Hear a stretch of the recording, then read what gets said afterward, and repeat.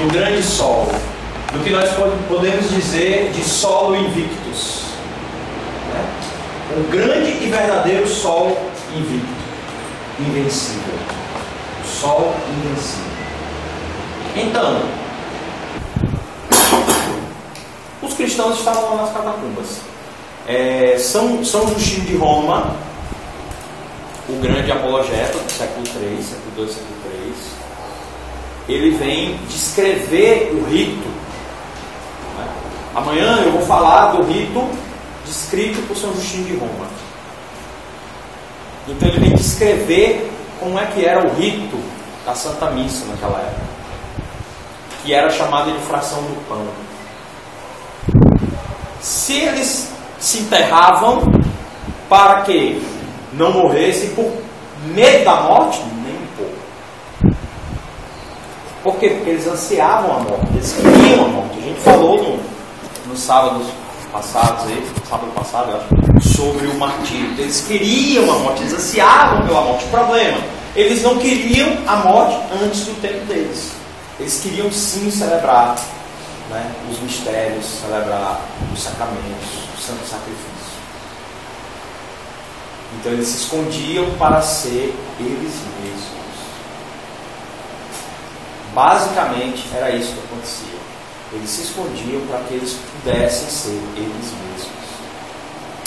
Bom, 2 milênios se passaram e a coisa hoje não mudou muito. Hoje a gente só não se enterra debaixo do chão. Aqui, no Vietnã, existem catacumbas ainda hoje. Na China, existem catacumbas ainda hoje. Na África, existem catacumbas ainda hoje. Na Síria também. Na Síria. Nos países árabes, então, nem se fala. Só que existe uma catacumba, que é a que eu chamo de catacumba moderna, que ela é invisível. Essa é a mais difícil. É quando eu tenho que me esconder do que está do meu lado. Por quê? Gente, existe uma grande inversão de valores.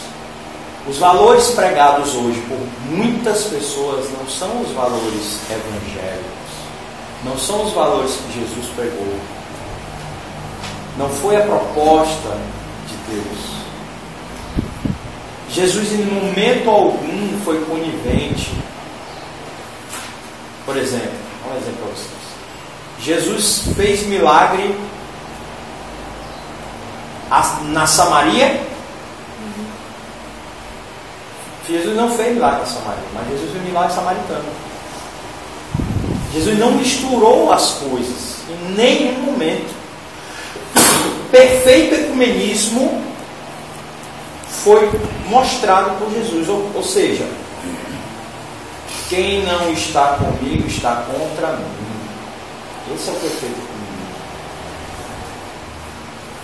Então, do mesmo jeito que alguém tinha que se esconder naquela época para não ser visto praticando a fé católica, hoje, de certa forma, algumas pessoas têm que se esconder também para não ser visto praticando a fé católica. Por quê?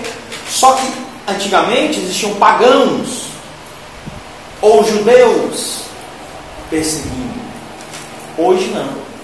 Além dos pagãos, além de outros, nós temos os próprios católicos, ou aqueles que se dizem católicos, perseguindo aqueles que querem só viver a fé.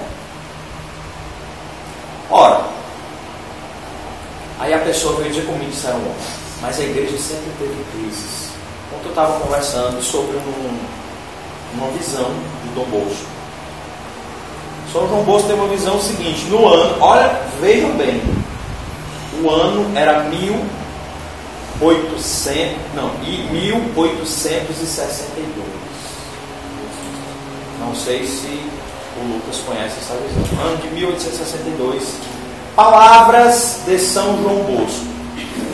No século vindouro haverá um concílio ecumênico que trará o caos para a igreja.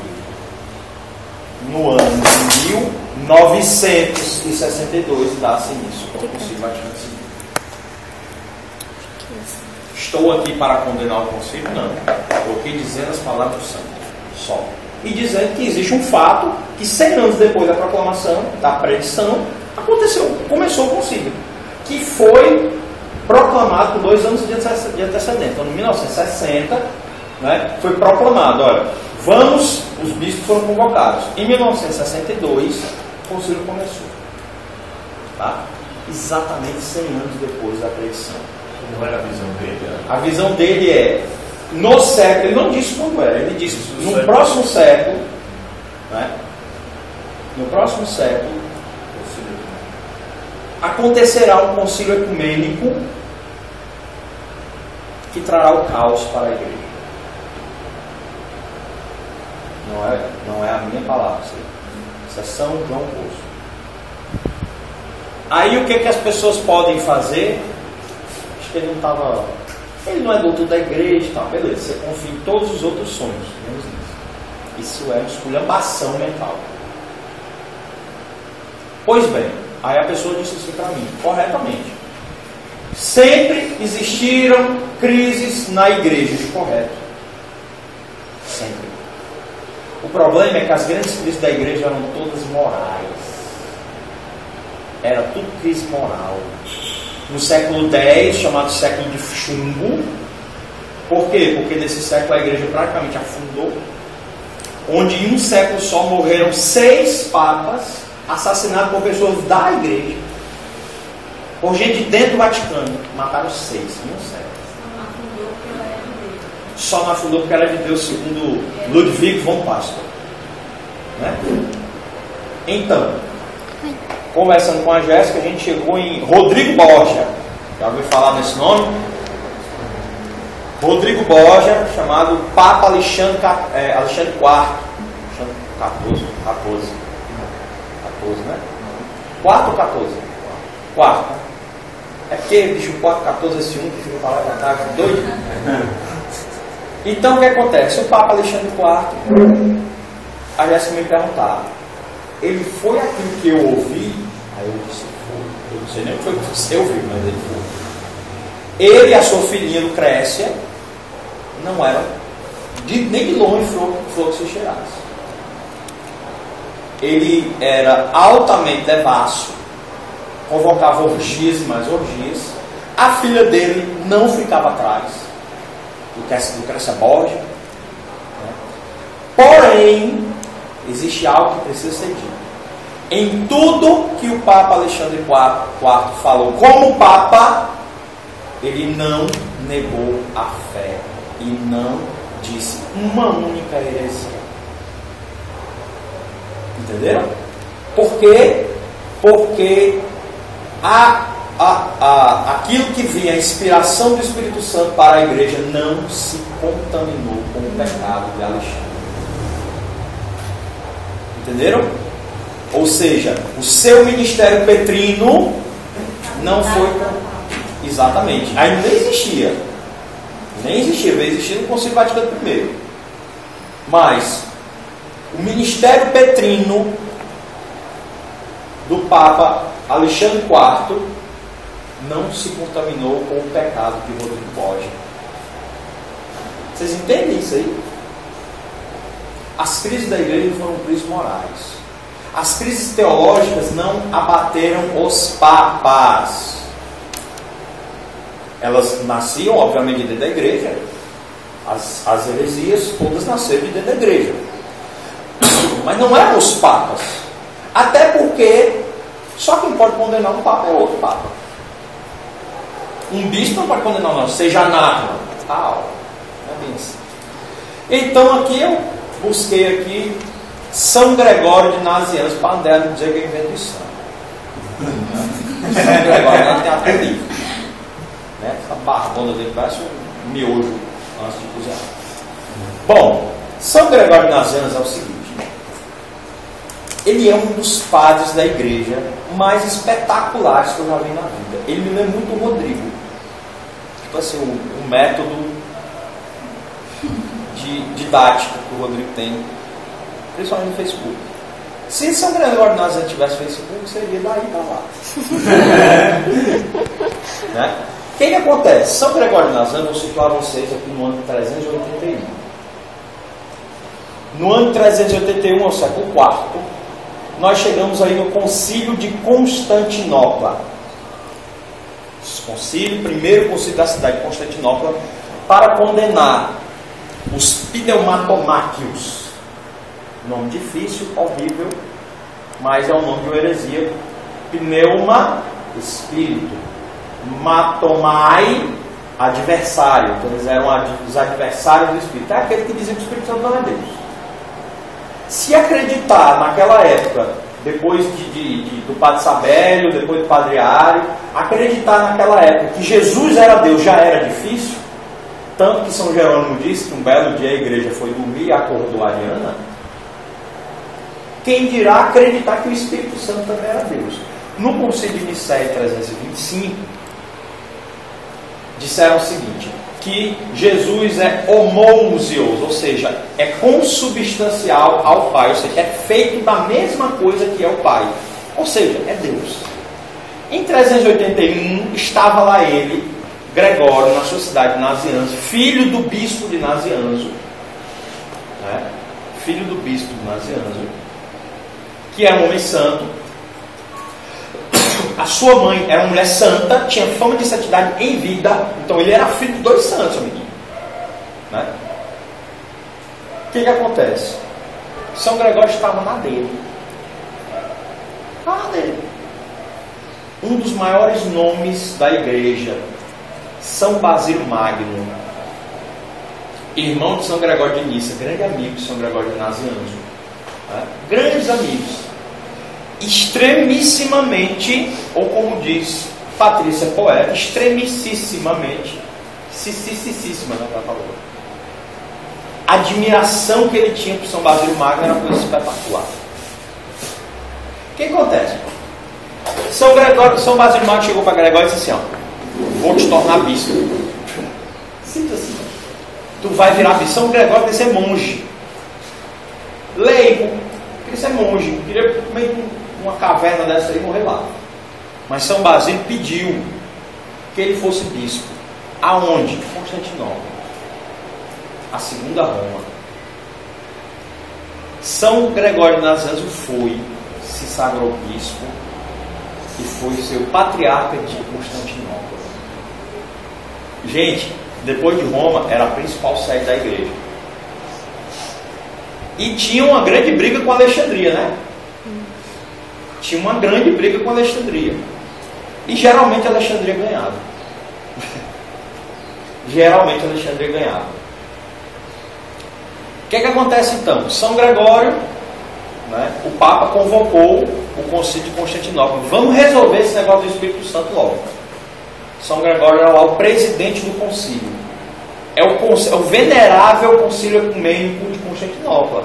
Estava lá o presidente do concílio, patriarca anfitrião, São Gregório de Nazianzo. Começa o concílio, tá? Começa o concílio. E está lá aquela conversa, a briga mais doida do mundo. Por quê? Porque os arianos continuavam lá, mesmo tendo sido condenados, mas eles não eram trouxas para dizer que eles eram arianos. E aqueles que eram católicos. E aquela briga, São Gregório salta no meio e diz assim, já sei, vamos dizer que o Espírito Santo é homousios, consubstancial ao Pai e ao Filho.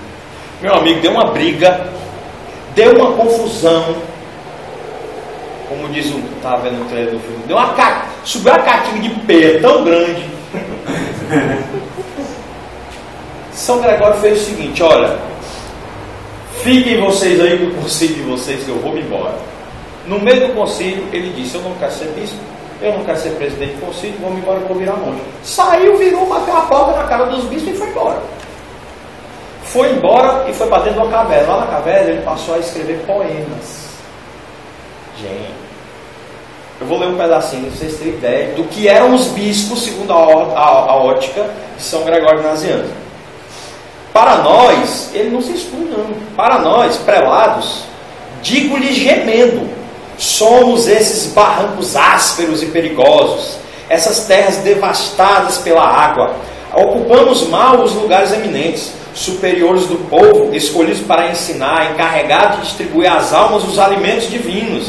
Isso aqui é século IV, olha os alimentos divinos aqui. Olha a Eucaristia aqui transitando. Os alimentos divinos, somos nós mesmos privados desse alimento. Deveríamos ser seus médicos e somos apenas corpos sem vida e cobertos de úlcera. Isso aqui eram os bispos da época. Por um bispo, viu? Não era um leigo, não. Um bispo, patriarca. Que guias, que condutores nos caminhos íngremes, tementes a si mesmos, porém sem nunca voltarem a si. O meio mais correto de se salvar não é o seguir. Ou seja, grande ensinamento dos monges aqui, tá? Se queres ser feliz, fuja das prostitutas e dos bispos. Isso aqui é um monge. Pai Poimê dizia isso, né? O Abá Poimê dizia isso. Aí ele vai dizer assim: o meio mais correto de se salvar é não seguir. O assento que ocupam são seus próprios acusadores. Distingue-se por suas pompas e não por sua santidade. Olha que coisa terrível que esse homem está dizendo para os bispos. Vocês estão vendo isso aqui? O que pode me forçar a falar assim? Não sou nem imprudente nem caluniador. Que meus contemporâneos, que os séculos que virão, me escutem, pois irei falar a verdade. Por isso será preciso retomar um pouco além dos eventos da minha vida, porque é uma autobiografia, né? Quando a narrativa deve ser longa, devo destruir as calúnias públicas contra mim. Os ímpios rejeitam inescrupulosamente a causa das impiedades dedicadas às suas vítimas. Vou repetir essa frase. Essa frase é para a gente ver hoje. Essa frase diz muito para a gente ver hoje. Vou lá, de novo. Os ímpios rejeitam inescrupulosos a causa das impiedades dedicadas às suas vítimas. Eles os perseguem ainda mais por suas imposturas, desviando para longe deles mesmos as acusações que merecem. Que este seja meu preâmbulo. Isso aqui é só o preâmbulo. Vocês estão vendo? Numa poesia deles, ele diz assim: não passam de cães raivosos, né? Ladrões. Isso aqui é muito sério. Aí ele vai dizer bem aqui: prelados que Deus aqui reuniu para... Isso aqui já é no concílio, tá? Isso aqui foi um discurso, o último discurso que ele fez no concílio. Prelados que Deus aqui reuniu para pronunciar decretos que a Ele sejam agradáveis. Não vos ocuparei daquilo que me preocupa, após ter decidido sobre coisas mais essenciais. A decisão do meu destino tem pouca importância para a maioria dos bispos aqui reunidos. Elevai mais alto os vossos pensamentos. É preciso união. Enfim, univos. Está uma briga, né? Uma confusão, discussão, como ele chama aqui. O mundo tem mais querelas, né, que qualquer outra coisa. Aí ele diz assim: há quanto tempo nossas divisões vêm sendo motivo de chacota ao público? Ou seja, já virou, o povo já está, né? Diga-se também de toda a vossa ciência e arte de combater. Abraçai-vos uns aos outros, reconciliai-vos sinceramente. Eu serei Jonas. Olha aí, que bacana, a gente falou de Jonas. Eu serei Jonas, entregar-me-ei para salvar a embarcação. Aí Jonas, né, pulou, estava lá no navio, aquela tempestade quase derrubando, quase virando o navio. Aí o pessoal: rapaz, só pode ser aquele maguinho que está sentado deitado lá embaixo. Ele dormia, meu amigo, a embarcação. E ele dormindo. Mas rapaz, só pode ser ele. Rezar com os deuses dele tudinho. Não deu certo, só pode ser ele. Aí beleza. Aí disse assim: eu serei Jonas, entregar-me-ei para salvar a embarcação, ainda que não tenha causado a tempestade. Ou seja, fui eu que causei, mas eu me entrego. Lançai-me no mar e procurarei a hospitalidade no vento da baleia. Que este seja o começo de vossa reunião. Depois decidi o que virá, você decide o que virá a seguir. que isto seja como os poços de Isaac. A mim será uma glória se a união perseverar entre vós, mas uma desonra se somente contra mim a união se sustentar. Ou seja, eu vou ficar muito feliz se vocês se unirem, mas se vocês se unirem contra mim, aí é demais, né? Eu faço uma grande desonra contra mim. A lei que vos recomendo é a lei de combater pelas leis. Se tiverdes animados esse espírito, nada vos será difícil. Fui instalado contra a minha vontade nesta sede. Não queria ser bispo de jeito nenhum, né? Fui instalado contra a minha vontade nessa sede e a deixo por livre vontade. A fraqueza do meu corpo me aconselha. Devo pagar apenas uma vez o tributo da morte. E é Deus quem sabe a hora. Ó Trindade Santíssima, somente a vossa causa me interessa. Aqueles lábios outrora sábios, ou no mínimo livres e zelosos, ousará defender-vos? Adeus, colegas, lembrai-vos ao menos dos meus trabalhos. Isso é São Gregório de Nazianzus. Isso é século IV. Isso aqui é um valente, isso aqui é um cara macho. Isso é Bento XVI, meu. Isso, você lê isso aqui, é Bento XVI. Entendeu? Bento XVI é o Papa de todas as gerações, junto num canto só. Bento XVI vive uma grande catacumba moderna. Bento XVI teve que se haver de estratégias para conseguir o que ele queria, que é o quê? A fé, retornar a fé. Foi estratégia. Eu estava comentando, seria muito fácil. Gente, o problema da igreja não é um decreto. Resolver o problema da igreja, hoje, 50 anos depois, do que fizeram com o Vaticano II, e aí, importante que se diga, do que fizeram com ele, eu estava dizendo hoje, o Vaticano II disse que o altar não era para ser mais na parede. Na verdade foi o Vaticano II, já reforma litúrgica, né? O altar não pode ser mais na parede. Então tem que ser um altar que o padre possa circular. Ok, mas em nenhum momento diz para quebrar os altares que eram na parede. Diz, não diz. Por que quebraram quantos altares? Deixa eu ver aqui. 3 altares belíssimos. Né? 3, né? 3 altares belíssimos. Está lá. Na Nazaré tinha um altar lindo, quebrado. Ela diz, né? Quebraram o altar. Interessante a Nazaré que quebraram esse Vaticano II. Previsão, isso é previsão. Era moderno. Agora, altares históricos belíssimos. Todo mundo conhece a história do Ad Orientem, né? Ou seja, os altares. Pronto, vou falar disso. As igrejas. Gente, a gente não pode ser católico dentro da igreja. A gente tem que ser modinha dentro da igreja. Vocês já repararam? A gente tem que ir na onda. O problema é que essa onda afoga. Essa onda vai matar as pessoas. Essa onda vai levar as pessoas no inferno. Ana Catarina Emmerich, século XIX, mesmo século de Leão XIII. Grande Leão XIII, não era santo, mas um grande papa.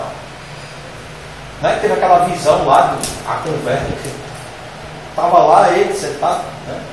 Depois da missa, aí os ajudantes, sacristãos, não sei o que, quando vê, pararam lá para ele e estava assim. Desse jeito, travado. Aí todo mundo ficou assim. E agora? Ele teve uma visão de Jesus e o Satanás debatendo. Aí o que é que acontece? Satanás diz assim, em 100 anos, né? Eu vou acabar com essa igreja. Comecei agora, bolei a ideia de 100 anos.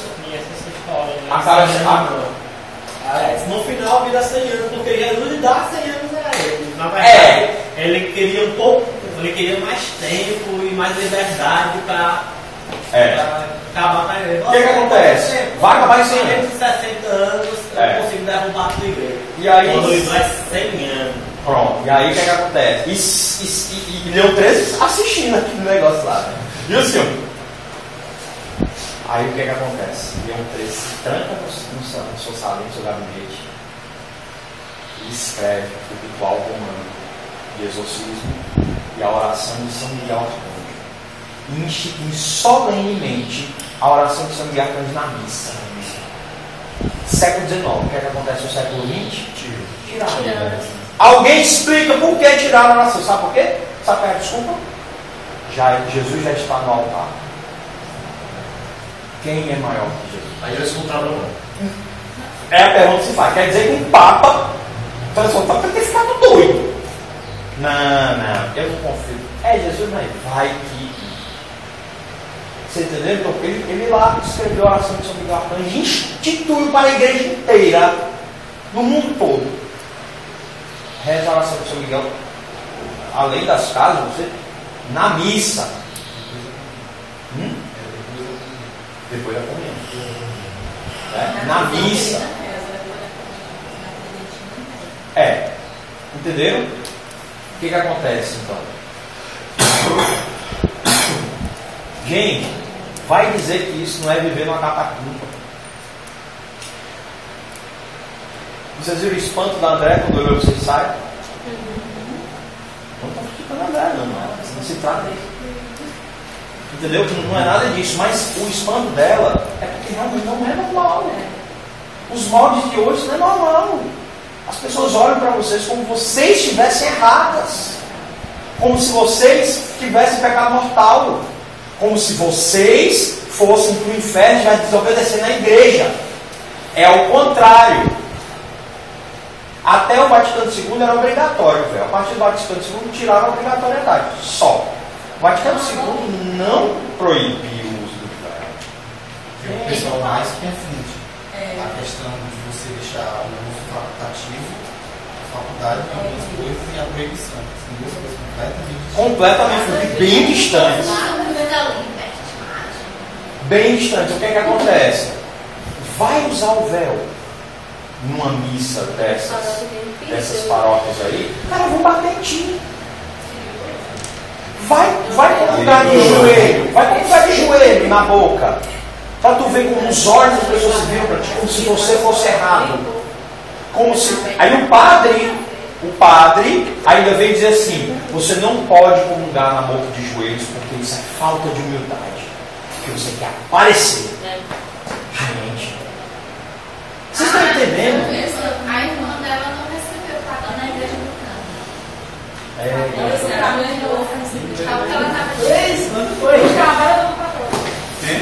Aqui, ó, o São Vicente de Paulo, o padre que está suspenso, o padre Marcos, ele dizia assim, ó. Está suspenso. Graças a Deus, ele já está expulso. Era para ser excomungado. Era para ser excomungado. Pode ser excomungado a qualquer momento. Tomara. Padre Marcos. Não foi excomungado, não. Ele pode ser excomungado. Ele diz, eu não vi. Mas, por exemplo, o Davi, São José, que sempre vai lá na missa lá, e disse, olha, ele disse na cara dura, quem quiser receber Jesus na boca, comunhão na boca de Jesus, né? De Jesus, quem quiser receber a comunhão na boca, não venha para mim que eu não dou. Desse jeito, e sem medir, gente, é sem cerimônia. Quer dizer, eu chamar ele de herege, eu tenho que medir as minhas palavras. Ele dizer uma aberração dessa no altar, no presbitério, não. É normal. Ele é que é o bom. Eu fico pensando onde é que está o bispo nessa hora. Mas ele foi. Não, mas ó, Dom José Antônio. Não, ele foi suspenso. Esse fato foi suspenso. Eu falo isso com propriedade, porque ele foi, nesse caso específico, o padre foi chamado a atenção várias vezes pelo arcebispo. Foi mesmo. E até a última vez. Ele não obedeceu. Foi suspenso de ordem por simonia. Ele está suspenso de ordem por simonia. Vender sacramento, por exemplo, cobrar taxas exorbitantes para fazer casamento, cobrar R$700 para casamento. Eu acho que o bispo tem que andar em outras igrejas. Porque os preços estão andando aí para cima, viu? O norma na arquidiocese é que os sacerdotes que recebem membros, ou seja, que recebem prepassa por processo de salário, não pode aceitar estoque. E aqueles que não têm, não recebem as folgas, essa classe, é justo que recebam o seu sustento, mas tem um teto. E é promulgado por Tem um todas as limite, né? dioceses. Tem um valor padrão. O valor padrão é de R$70. E aí, R$70. mas nesta arquidiocese é 40. Nesta arquidiocese é 40. O pessoal coloca para cima. Não, é 40 era a taxa de casamento, crisma que aumentou, era 30, agora é 40. Né, batismo era 30, agora arredondou para 40. Bom, enfim, está bem longe dos 700. Eu tenho uma relação com isso. Fala, 40 ou 70? Está bem longe dos 700. Mas assim, oi, quer falar? Bom, mas assim, o que eu quero dizer, não estou querendo aqui, essa palestra não é para falar dos padres, é para falar de nós. De nós. Gente, os olhares se viram para nós. Quando você abre a boca, ou você bota no Facebook, que eu estou querendo abuso dessas coisas, porque o Facebook, gente, é uma rede social. Só. Tem gente que está colocando as decisões da sua vida para ser votado, para uma enquete no Facebook, e a pessoa vota. É sério, eu estou falando sério. Sério? Mas você tem mais um versículo. Quem faz isso, ou quem Ou vota? quem vota. Não, quem vota, eu acho que vota para ver o circo pegar fogo, só pode. Olha, gente, você fala, o tema deste encontro no Facebook, as pessoas vão te crucificar. Se você fala, olha, o tema do nosso retiro é fora da igreja não há salvação e acabou-se. Quando eu coloquei isso na capa do meu Facebook. Ah, teve um filho de chocadeira lá do bairro dela lá, meu amigo. Você vai falar uma besteira. Aí você cola a resolução lá conciliar. Aí o cara vai falar essa jumentice que outro veio e repetiu. Mas só se viu para a época. O contexto era outro, estava falando para os protestantes. Até acabou, né? Os protestantes acabaram, né? Tem não, tem não. Vamos acabar. Você estava na época também, Lutero. Lutero não protestou, depois ninguém seguiu. Ah, gente. Paciência. É paciência. Antes, eu não estou, lembrando, não estou falando mal do Vaticano II aqui. Não é isso. Mas antes do Vaticano II não existia isso. É fato. Leia o manifesto, não pode nem chamar de manifesto, né? Mas é como se fosse contra o modernismo de São Pio X. Leia a Paciense de São Pio X, como ele disseca o que é um modernista, para ver se vocês acham algum padre que se encaixa naquele negócio ali. Ou algum leigo, ou muitos. Agora, quando você simplesmente não quer seguir o modernismo, você é taxado de herege. É simplesmente você não quer. Eu não sou obrigado a seguir uma heresia. É muito cuidado, inclusive, viu? Alerta para vocês. Muito cuidado. Não chamem as pessoas de modernistas. Tá? Você pode chamar abstratamente. Ou seja, os modernistas. Os padres modernistas. Deve ter algum. Por quê? Quando eu digo assim, a Marina é modernista, eu quero dizer a Marina é herege. E para eu dizer que ela é herege, eu tenho que provar que ela negou a fé, um dogma de fé publicamente e obstinadamente. Entendeu? Eu tenho que provar isso. Ela pode entrar com ação contra mim, na diocese, pode de direito canônico prever isso. Tribunal. No tribunal, ela pode entrar. Vocês estão entendendo como isso é sério? Vocês estão entendendo? Eu ouvi, sabe o que eu ouvi? Neguinho lá da Fraternidade de São Pio X, que não é o pessoal da Fraternidade, isso é um grupo que tem aqui, né? Eu não sei se a senhora conheceu, porque o padre Samuel fez para correr lá. O neguinho diz assim: esse Papa é modernista. Meu amigo, larga sua boca com ácido sulfúrico. Antes de você falar do Papa, antes de você falar do Papa, chamar o Papa de herético, só um Papa para chamar outro de herético. Você é Papa? Não. Quem é você? Quem é? É igual o negócio, vamos justificar a dança na missa, porque Davi dançou diante do Senhor. Tá, duas coisas. Primeiro, Davi dançou diante do Senhor, mas não dançou diante do Senhor crucificado. Certinho? Davi não estava no Calvário, muito menos numa missa. Segundo, você não é Davi. Verdadeiro. Verdadeiro. Você não é Davi. Você não é Davi. Então pare com essa exclamação. Cardeal Arins, né? Francis Arins, que nem era esses apegados toda liturgia, não. Mas ele diz assim, amigo, em vez de você ficar discutindo esse negócio de dança na missa, para de discutir e vai rezar o texto. Simples assim. Aí o que acontece? Quando você diz, olha, gostaria que a liturgia fosse celebrada. Pode ser no novo ordo, que novo ordo é a missa nova, como eles chamam, né? Pode ser no novo ordo. Eu não estou exigindo missa tridentina, não, gente. Pelo contrário, eu não estou exigindo nada disso. Que bom que todas as paróquias fizessem como o B16 mandou. A desobediência está na carne, no sangue do povo. B16 mandou, pelo menos uma missa. Em todas as paróquias. Cadê? Você vê? Eu não vejo nem a missa de Paulo VI direito. Porque aqui que estou fazendo em algumas paróquias não é a missa de Paulo VI. O cardeal Canizares, né? Que é o prefeito da congregação do Divino Sacramentos, que antes era o Francis Arins, né? O cardeal Canizares diz, olha, se Marcel Lefebvre, né? Começou toda a confusão, tivesse visto a missa de Paulo VI bem celebrada, nunca teria feito aquilo. Eu não sei, sinceramente, se ele nunca teria feito aquilo. Tá? Não sei. Eu não vou dizer, olha, eu vou dizer para você.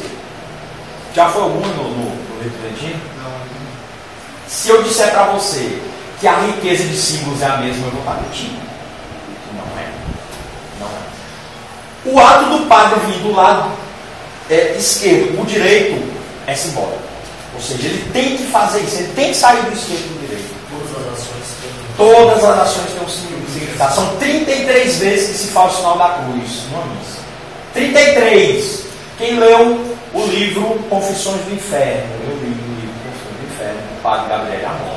E se não fosse dele, eu vou acreditar, porque tem um negócio muito doido naquele livro. Assim, doido sim, por quê? Porque aquilo ali é uma entrevista com o demônio. Né? Já começa por aí, já começa por aí. Pois é, como Deus está sendo obrigado por tudo quanto é de santo, vocês imaginarem, pela Santíssima Trindade, Jesus, Maria, José, todo mundo, ele tem que falar a verdade. Tá? É a única situação que ele fala a verdade. Aí o que é que ele diz? O demônio diz assim, nos foi muito proveitoso, porque na missa antiga se fazia o sinal da cruz 33 vezes, hoje se fazem 3. Ou, aí diz assim, antigamente não chegávamos perto da igreja, hoje nem nos incomodamos mais. Isso é um demônio. Você está entendendo? Fala também da parte da oração de São Miguel, tanto, né? Retirada, da comunhão. Da comunhão, que segundo, você sabe a história, todo mundo sabe a história da comunhão na mão, né? Existiu uma comunhão na mão, ela é mais antiga que na boca, tá? Fala. Isso aí está nas catequeses que está agora de São Cirilo de Jerusalém. Ok. Jesus deu na mão. Ele disse assim, na boquinha. Olha a minha. Jesus não fez. Olha só o Pai do Céu. O que acontece? Jesus, ok, entregou na mão. Né? Só um que comungou nas 2 espécies, quem foi? Judas, o único que comungou nas 2 espécies. O que acontece? São Cirilo de Jerusalém disse, nós devemos fazer um trono, né, com a nossa mão, a mão esquerda sobre a direita, né, recolher Jesus com toda a piedade e colocar na boca. Isso é São Cirilo de Jerusalém do século IV. O que acontece? Você chega lá no século XVI, no Concílio de Trento, seguindo aquilo que São Tomás de Aquino já falava, quem não é ministro ordinário não toca nas espécies. Simples assim. Por quê? Segundo o Papa Bento XVI, no Sumório Pontífico, né, no modo próprio, a liturgia ela progride, evolui, mas nunca rompe. É hermenêutica da continuidade. Tem um documento do Vaticano II que, gente, vocês leem aquele negócio, vocês têm que fechar os olhos e fingir que aquilo lá está na hermenêutica da continuidade, chamada Unitatis Redintegratio. Já leu isso aí? Redintegratio. Pronto. É o que fala do ecumenismo. Ele não fala Igreja Católica quando se refere a corpo de Cristo. Ele fala Igreja de Cristo.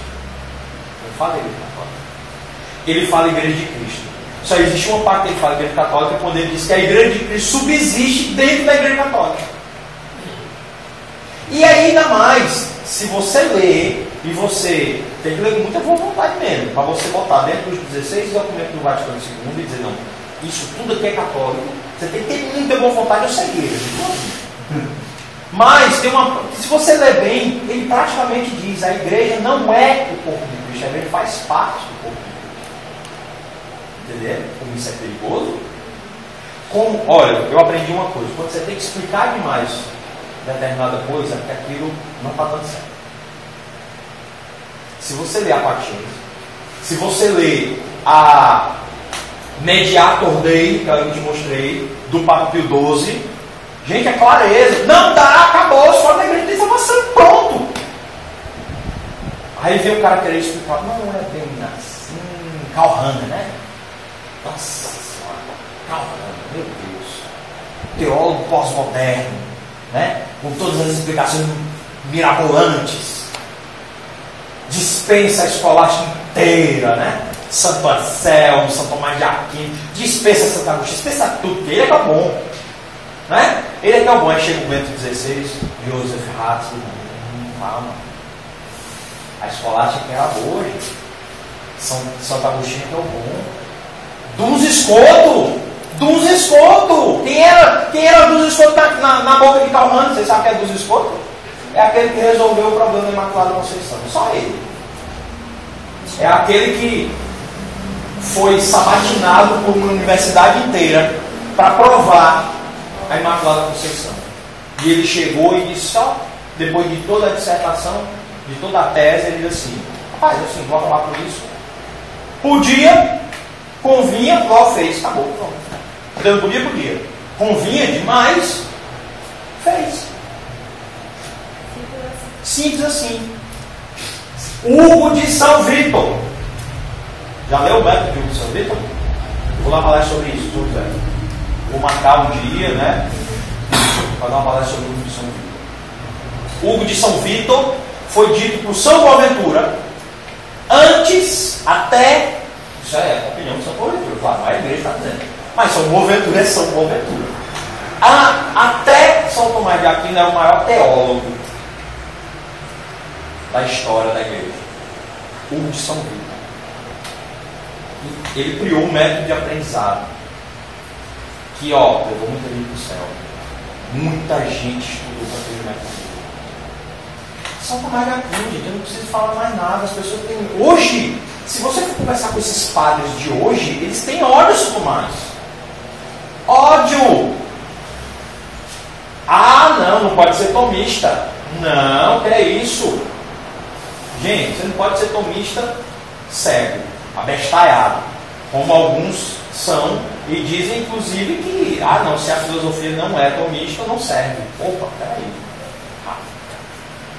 Quer dizer, não, mas ele não é o maior? Sim, isso quer dizer que os menores mandam matar e os menos? Olha, legal, vamos pegar o mais alto da cidade, o resto morre. Isso é uma coisa, uma falsidade mental. Vou explicar para vocês o que é um non sequitur. Tá? Non sequitur é o seguinte: você tem uma premissa, você vai começar a desenrolar um argumento, você parte de alguma coisa. Tá? Só que é o seguinte, o teu argumento não segue a premissa que você meteu. Né? Sócrates é homem, Sócrates como galinha, logo Sócrates voa. Entendeu? Ou seja, você começou com a premissa, Sócrates é homem. Depois você simplesmente modificou e criou um argumento falacioso. Uma falácia. O que acontece? Esse povo de hoje, que rejeita a escolástica, é falacioso. Por quê? Porque eles simplesmente não batem de frente com a escolástica. Aí vem o Dom Helder Câmara dizer o que faria Tomás de Aquino diante de Karl Marx. Está de sacanagem comigo.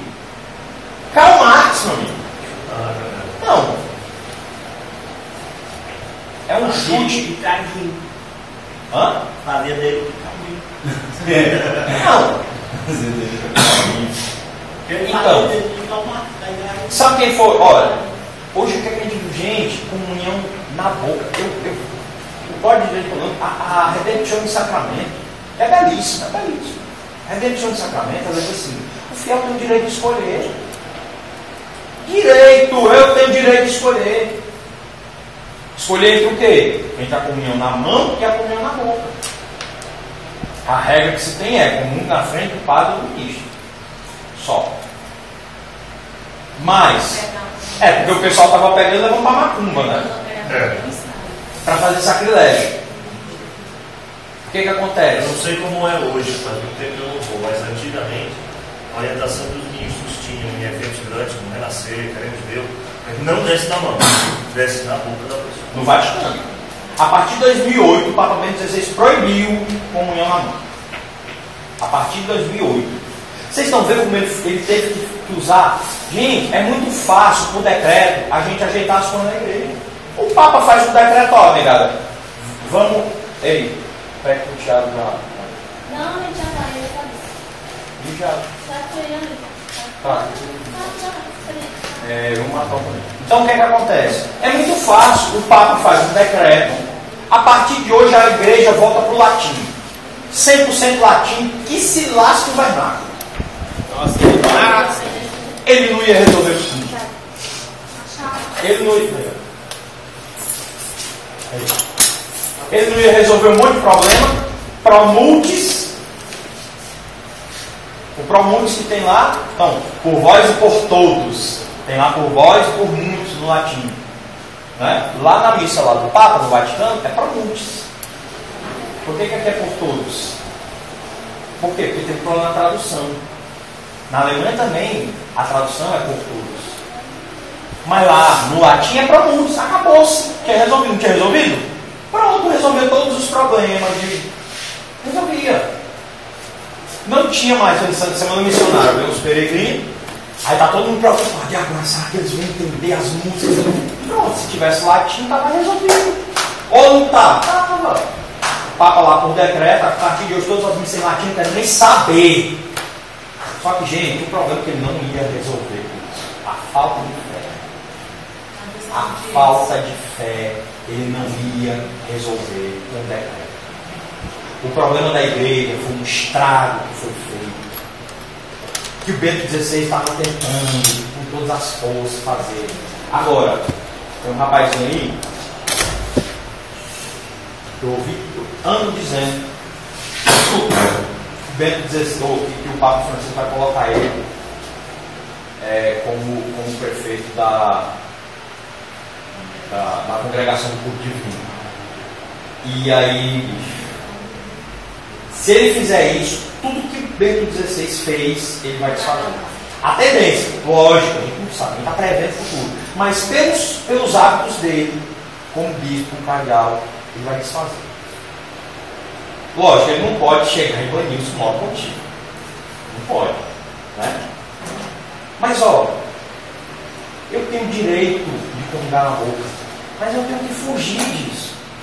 Quantas e quantas moças, não estou falando das senhoras, eu estou falando das moças, não querem usar o véu com medo das pessoas ficarem olhando para ela na missa.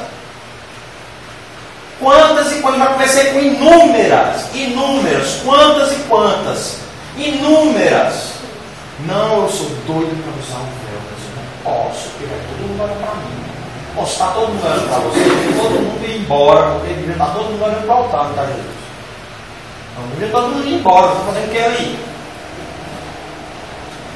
Se você não comunga na boca, você quer comungar na boca, você tem direito de comungar na mão, quem sou eu que está falando? Gente, eu tenho o direito de não bater palma na missa, não tem? Ou não, sou obrigado a bater palma. Tem dizendo que eu sou obrigado. Aí o cara diz assim, não, mas é um costume brasileiro. Gente, onde é que tem que dizer que eu tenho que botar uns costumes na liturgia? Se eu vou botar os costumes, pelo amor de Deus, o costume do Brasil não é desse tamanho, o costume do Ceará é diferente do Rio Grande do Sul, diferente do Maranhão, diferente da Amazônia. E aí, vamos botar tudo? É por isso que dá essa esculhambação nessas missas de subir. Macumba dentro da missa, profanando o terreno santo. Teve uma vez aí no São Vicente. Teve no São Vicente. O João Marcos do Ceará lá bateu uma foto e mandou pra mim. Eu fiquei, cara, um papo com chapéuzinho pra cima, assim, palha. O barrete ele não quer usar. O barrete ele não quer usar, mas aquele chapéu imundo ele bota na cabeça dele. A Canção Nova tinha acabado de fazer uma liturgia belíssima de Semana Santa. Belíssima! Inclusive com a casula romana, né? Eu gosto mais da casula gótica, que é essa casula, não é casula romana. A canção nova usando casula romana, meu amigo. Coisa mais bela do mundo, de genuflexório na frente do altar, onde viam as pessoas que estavam lá no palco. Não é que todo mundo da canção nova que estava lá, milhares de pessoas, ia naquele genuflexóriozinho, não é isso não. Mas as pessoas que viam as pessoas da canção nova comungando de joelho na boca, ia lá e comungava de joelho na boca. É o exemplo. É o exemplo que se dá.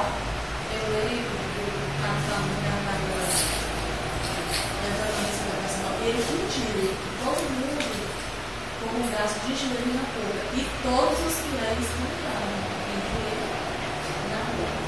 nessa missa dele. É uma maneira mais reverente. É assim, o fiel, quer dizer, o fiel ele não tem culpa. Porque quem tem que orientar é o sacerdote. Claro. Tá entendendo? O fiel vai acabar tendo palavra, ele não tem culpa não. Ele não é orientado, ele não sabe, não tem conhecimento. Eu fiz uma pergunta para o padre Rafael, eu acho que ele ficou meio assim comigo. Perguntei, padre, onde é que vem essa esculhambação de missa com fantoche? De um padre que abre a boca e diz, não tem mais segunda leitura, porque as crianças podem ficar chateadas. Ah, vá para o inferno. Aí o padre Rafael disse, olha, isso é tudo criatividade, não tem lugar nenhum dizendo que pode fazer. Eu disse assim, aí eu falei, ele não me respondeu mais. Se não pode, está errado, por quê? Porque ele não tem autorização nenhuma para suprimir uma das leituras da liturgia do mundo.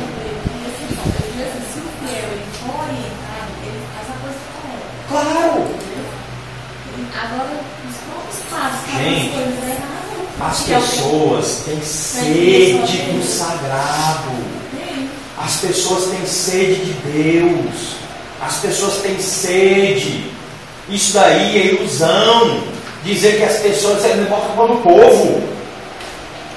Bota a culpa no povo. A vontade de pegar um livro desse São Gregório e jogar nos peitos do padre dele. Leia, vê o que ele falava dos bispos aí, você vê como é que é o negócio. Leia Santa Catarina de Sena, vê o que ela falava dos padres, dos bispos, você vê o que é que acontece se você vacilar. Porque, gente, ó, aqui eu tenho uma responsabilidade sobre vocês, sobre as almas de vocês, porque eu sou o à frente.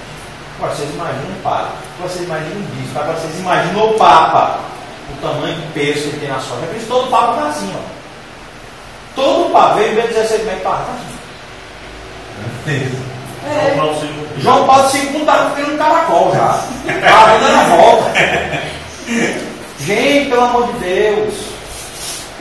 Aí eu vou ver meu peixe agora. Aí você encontra um grupo, não São José, que não te proíbe ser católico. Né? Se você chega, eu estou falando assim, muita dor, não é muita alegria não. Se você chega num grupo desse qualquer, eu tenho um amigo que está na comunidade do Emanuel, que eu trabalho, e essa menina resolveu usar o véu, só parece que não usou ainda. Por quê? Ela tem medo dos olhares. É tenso, meu amigo. Quando você vê os povos da semana, fala, meu Deus, tá parecendo uma vela. É por isso. E aí, você não quer envelhecer, não vai morrer cedo. Se você não quer envelhecer, você é contra os velhos, vai morrer cedo. Pronto, morra jovem, faça favor, velho. Apresse o processo. Né? Faz o favor para a sociedade. Tá? Então, gente, o que acontece? No São José a gente pode ser livre para viver a fé católica. Graças a Deus eu tenho uma coisa do São José assim. Se eu faço alguma coisa que não está de acordo com a igreja, a partir do momento que eu sei que eu não estou de acordo, eu tiro na hora. Pode estar acontecendo. Eu para, acabou-se. Você está entendendo isso? Eu vou dar alguns exemplos. Primeiro exemplo, incentivo da oração em línguas. Se a igreja diz que eu não posso incentivar, eu não posso incentivar. Simples assim. Existe um documento da CNBB que torna a dizer, se não fosse reconhecido pela Santa Sé, eu não citaria, chamado Diretriz 53, orientação pastoral para a renovação carismática católica. Tem lá dizendo, bem claro, não se incentive a oração em línguas. Por quê? Ele ainda diz por quê? Porque não é fácil, não é fácil saber se é Deus ou o animador. Entendeu? Não, se a gente não tem como saber, por que eu vou incentivar um troço desse? Principalmente sabendo que quem nos entrega, que o dom de línguas não vem diretamente de Deus, mas sim de anjos, aí é quando eu vou incentivar mesmo. Você entende? O verdadeiro dom de línguas vem de Deus. Como ele vem através de anjos, quem engana que Satanás não imita? Ele imita. E aí, como é que você sabe? Vocês estão entendendo? Outra coisa, imposição de mãos. Somente o ministro ordinário está autorizado a impor as mãos. Eu sempre soube que um leigo não impõe a mão era meio que nada. Não quer dizer nada. Tá? Lógico, nós, como batizados, participamos da tríade única de Jesus. Nós somos sacerdotes, profetas e reis. Ok. Mas não dá para se valer disso. Para você estar impondo a mão dos outros, não. Só um ministro ordinário impõe a mão a você. Simples. Para quem Jesus disse por as mãos sobre os doentes, eles serão curados. Para a igreja. E eram os apóstolos. Que eram os apóstolos. Só. Entendeu? Então, a gente está finalizando aqui esse momento. Mas o que eu quis dizer com o Catacumos Modernos é isso. É que a gente não pode mais ser católico. A gente não pode sair na rua como católico.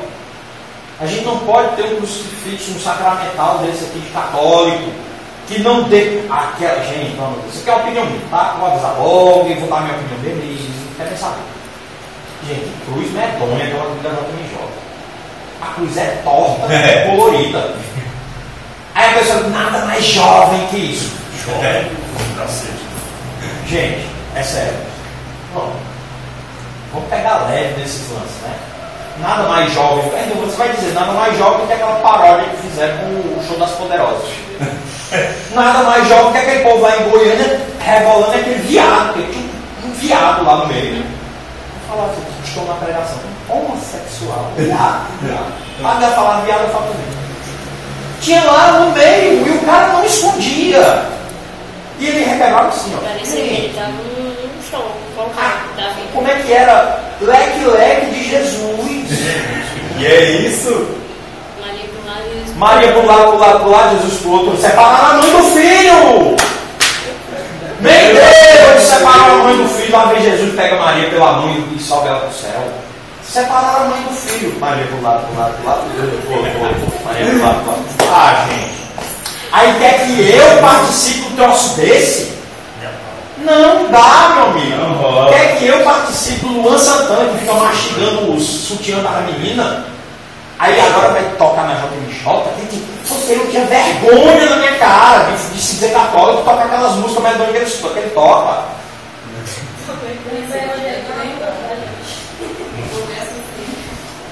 Olha, os padres não são lei não, viu? Os padres que aconteceram, padres que fazem parte da região sul da CBB, que disseram, estamos organizando um protesto. Na hora que ele subir, se ele subir, na hora que ele subir, nós vamos virar de costa para ele. Adoro. E ninguém vai corroborar com esse lance aí. Os padres, gente, ainda tem padre bom nesse país, isso é legal demais. Eu conversando com o padre Maurício, lá, o padre lá da Diocese de Santa Amaro, do bispo Fernando Figueiredo, Deus o guarde.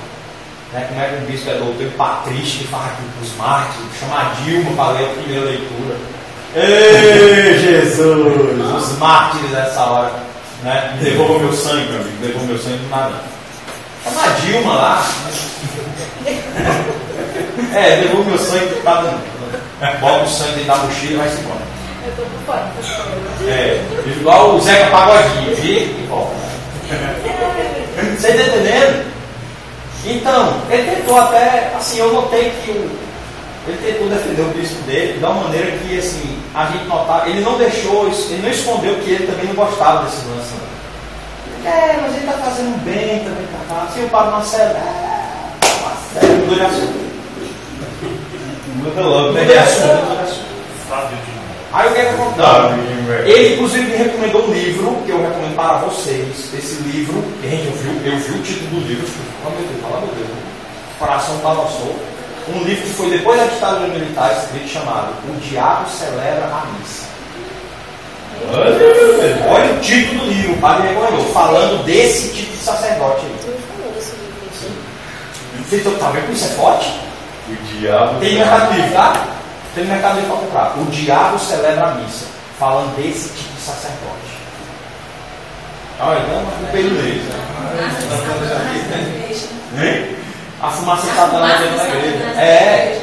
Então, gente, o que é que acontece? Olha, a única coisa que eu digo para vocês é que lá em Apocalipse 21 tem dizendo: os covardes são os primeiros a ser jogados no lago de fogo. Os covardes são os primeiros, aqueles que arredaram da igreja, na primeira dificuldade, na primeira vez que alguém mangou em você, porque você estava usando o véu. Meu amigo, a primeira vez que alguém mangou em você, porque você estava usando isso aqui, porque você estava usando o texto. Olha, quantas vezes me chamaram de doido, até me escolher de coisa pior, me chamaram de Paulo Marcelo Rossi. Íris de Calcutá, foi melhorzinho, né? Paulo Marcelo. E hoje se preparar um martírio. Não um martírio de sangue. Martírio branco. Ridicularização. Martírio branco. Essa moça passa dentro de casa aqui, ó. Já celebra a missa de Salomão Jorge. Pronto. R$40. Olha, R$40. R$40. Não, esse é o fotografado. R$40 não. Eu não gostava, já deixei Não faço a menor questão. Não faço a menor questão. Faço questão dessa assinatura do Salomão. Clarice! Tá ligeiro. R$15. Ei, R$25 no autógrafo. Eu não sei nem quem é. Gente, eu não pego o autógrafo dos que eu sei.